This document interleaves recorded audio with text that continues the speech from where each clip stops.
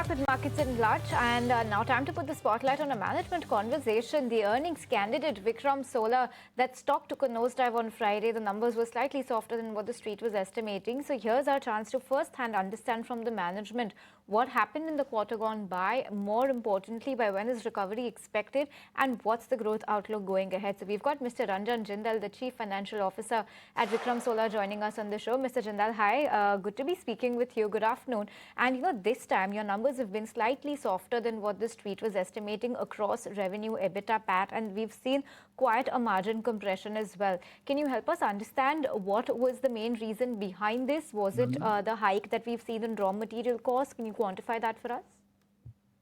Yeah, sure. Thank you. Thank you for having me on the call. You see, quarter one, we saw an increase in the revenue. It was not a dip. But yes, the EBITDA on an overall front did saw and hit mainly on account of the ongoing war issues, thereby affecting the logistics cost. But yes, this is temporary. Quarter two and quarters hereafter, we see a improvement in the EBITDA, reinstating it back to what we were in the previous quarters. So this was only a temporary issue, can be addressed in the quarters to come. Got that, Mr. Jindal. Very good afternoon, sir. Meryl D'Souza also here joining in. I want to understand a majority of the margin contraction that you've seen this quarter around has come from cost of goods sold seeing a spike. Now, I'm understanding your cost pass-through currently only covers cells and not the rest of your raw materials, which is where this impact majorly lies. Now, with the metal and EVA impact prices spiking this quarter that you've already seen, do you plan on changing this strategy going ahead with your customers forward? What are you going to do in order for this to not repeat again? So the freight cost and the cost of EV, as you rightly highlighted, have trimmed down going forward. This is something which we are required to absorb, not being able to pass through. But yes, we have focused mainly on expanding our distribution market, which gives a bit of extra margin than what the large accounts give. So both these facts collectively will help us improve the margins in the quarters to come. And Mr. Jindal, when are you seeing normalization of raw material prices? While a lot of that is linked to all the geopolitical tension that we're seeing, any outlook on by when normalization can take place? So quarter two we experienced. So as the procurements are now going on, things have stabilized. It's only to some extent the freights are required to stabilize more. Rest things don't seem much difficult to address the increase in EBITDA for quarter two and quarter three. Got that. Now, DCR volumes for you also grew really fast in this quarter. Can you tell us what's holding you back from scaling this business up even faster than right now? So, Meryl, as I told, we have, as I told in the earnings call as well with the investors, we have tied up long-term cell procurement contracts.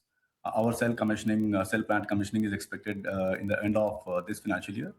So till such time, we will be procuring cells from the market, which mainly will be penetrated to the distribution business, which we have got a wide distribution business, some 120 distributors backed by 500 dealers. Our presence in 24 states in 500 districts helps us to reach the corner of the country with this DCR panels. That will help us expand our EBITDA base in the following quarters. Okay, we'll be watching out for that.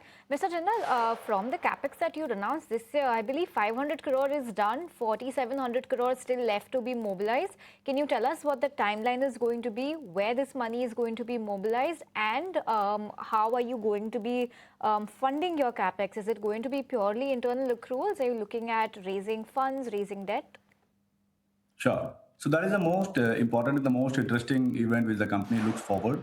The commissioning of the 9 gigawatt cell plant, as I told somewhere in Q4 of this current fiscal.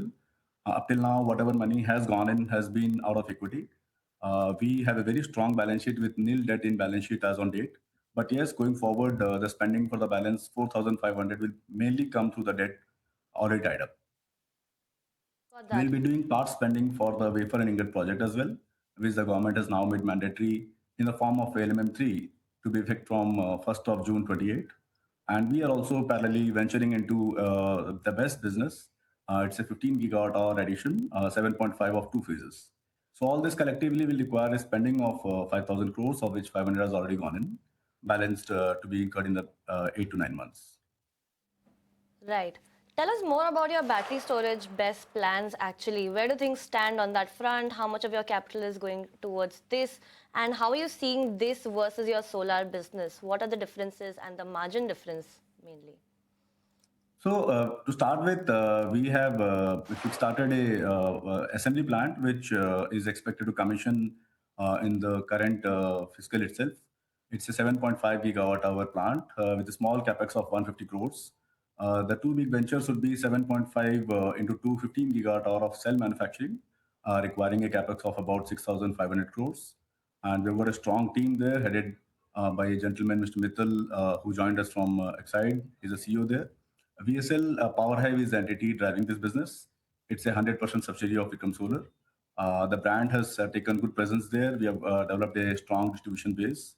Land and physical activities are seriously moving on the project as well.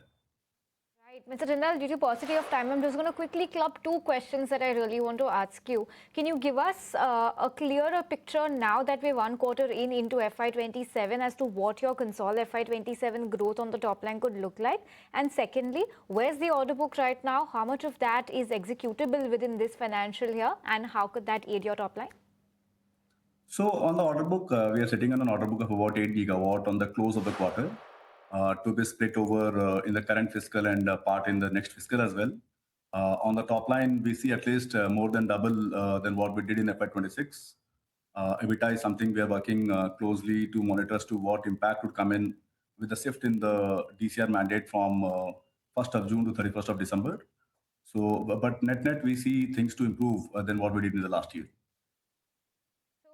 Could we conclude, Mr. Jindal, that positively FY27 could be a better year than FY26 for you, despite the softness that we've seen in Q1?